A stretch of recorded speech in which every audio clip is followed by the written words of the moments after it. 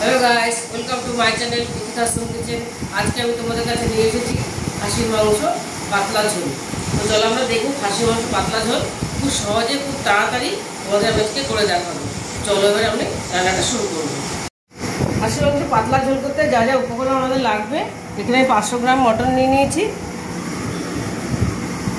এখানে আমি 3 পিস আলু নিয়ে নিয়েছি, 3 টুকরো নিয়েছি, টমেটো কুচি, 2টো কাঁচা লঙ্কা, পেঁয়াজ কুচি, পেঁয়াজ বাটা, আদা বাটা, রসুন বাটা, তিল, সাদা তিল বাটা, আর ফোড়নের জন্য নিয়েছি গোটা গরম মশলা, 2টো তেজপাতা।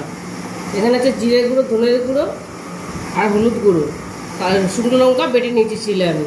আর এখানে গরম মশলা বাটা, নুন, ঘি আর সর্ষের তেল। চলো আমি রান্নাটা শুরু করব। প্রথমে আমি মাংসটা প্রেসার করে সিটি মারবো, তাই জন্য মাংসটা পুরো দিয়ে দেবো। এখানে দিয়ে দেবো এখানে অল্প করে পেঁয়াজ কুচি, একদম অল্প, এটা আমি সেদ্ধ করব। দিয়ে দেবো অল্প রসুন বাটা, অল্প আদা বাটা, দিয়ে দেবো অল্প হলুদ, নুন আর অল্প করে সর্ষের তেল আর জল। দেবো আলু 3টে, আমি কাঁচা আলুটা দিয়ে দিলাম, ভাজিনি। আর দিয়ে দেবো অল্প করে টমেটো কুচি। এটা আমি প্রেসার করে সিটি মেরে নেব। প্রথমে প্রেসার কুকারটা বসিয়ে দিলাম, মাংসটা সিটি পড়বে।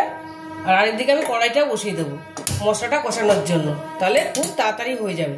দেখো আমি কী করে করি, তোমরা দেখো, দেখবে ভীষণ তাড়াতাড়ি হয় এই রান্নাটা। কড়াইটা আমার গরম হয়ে গেছে, আমি এবার সর্ষের তেল দিয়ে দেবো, অল্প করে দেবো, বেশি দেবো না। আর দিয়ে দেবো 1 চামচ ঘি। তোমরা না চাইলে ঘিটা নাও দিতে পারো।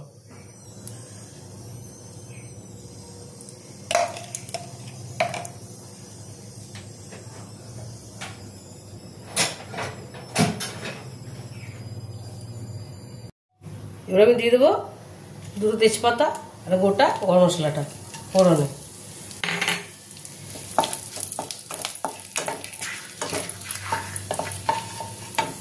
আর দিয়ে দেবো পেঁয়াজ কুচিটা।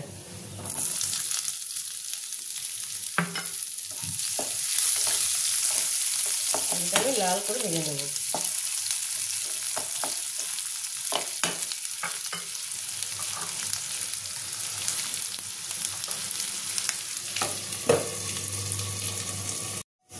দেখো পেঁয়াজটা আমার লাল করে ভাজা হয়ে গেছে।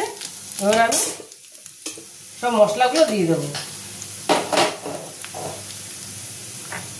দিয়ে দেবো এখানে আদা রসুন বাটাটা, দিয়ে দেবো পেঁয়াজ বাটাটা,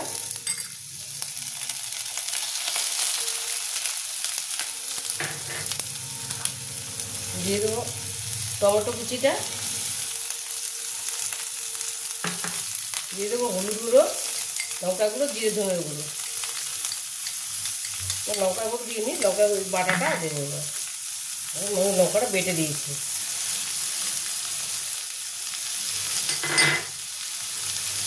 দিয়ে দেবো সাদা তিল বাটা, এটা দেবেন, এবার খুব টেস্ট ভালো আছে এটাতে, সাদা তিল বাটাতে। এবার অল্প জল দিয়ে দেবো।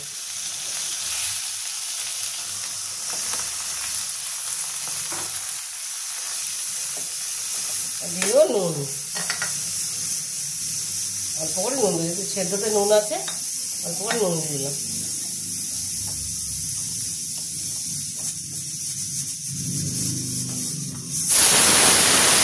পড়ে গেছে, 2-3টে সিটি মারবো আমি, মশলাটা ততক্ষণে কষানো হয়ে যাবে।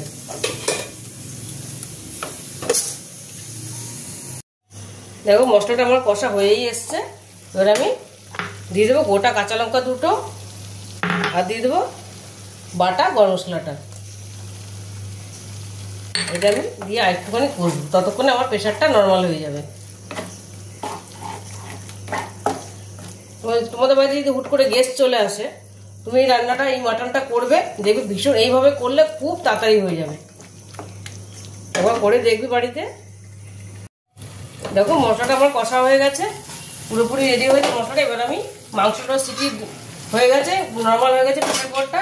এর আমি মাংসটা নামিয়ে নিয়েছি, এর মধ্যে আমি ঢেলে দেবো। এবার বাদ বাকি ঝোলটা আমি দিয়ে দেবো।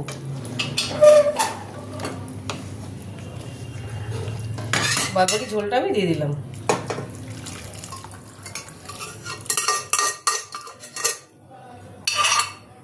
তোমরা হয়তো ভাবতে পারো এরকম করে করেছি রান্নাটা ভালো হবে না, কিন্তু একবার করে দেখো বাড়িতে, ভীষণ ভালো হয় খেতে, খুব টেস্ট হয় আর খুব চটজলদি হয়ে যায়। তোমরা বাড়িতে করে দেখবে।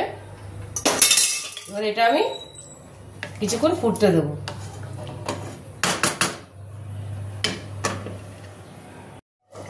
দেখো মাংসটা আমার হয়ে গেছে, ফুটে গেছে, মাংসটা আমাদের সেদ্ধও হয়ে গেছে, ভালো মতন সেদ্ধ হয়ে গেছে। এটা এখন সেদ্ধ হয়ে গেছে। এবার আমি এটা নামিয়ে নেব। এবার সামান্য একটু গোলমরিচ গুঁড়ো আমি দিয়ে দেবো, একটুখানি টেস্টের জন্য আর ঝালের জন্য আমি দিয়ে দেবো গোলমরিচ গুঁড়ো।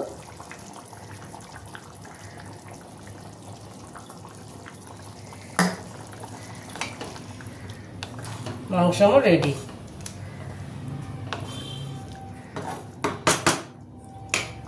গ্যাসটা বন্ধ করে দেবো। দেখো মটনের পাতলা ঝোলটা আমি রেডি করে নিয়েছি। তোমরা রেসিপিটা দেখলে কত সহজে আমি বানালাম, তোমরা বাড়িতে বানিয়ে দেখো, দেখো ভীষণ ভালো লাগবে। আর যদি রেসিপিটা তোমাদের ভালো লেগে থাকে তাহলে আমাকে লাইক, শেয়ার আর সাবস্ক্রাইব করতে ভুলবে না। টাটা।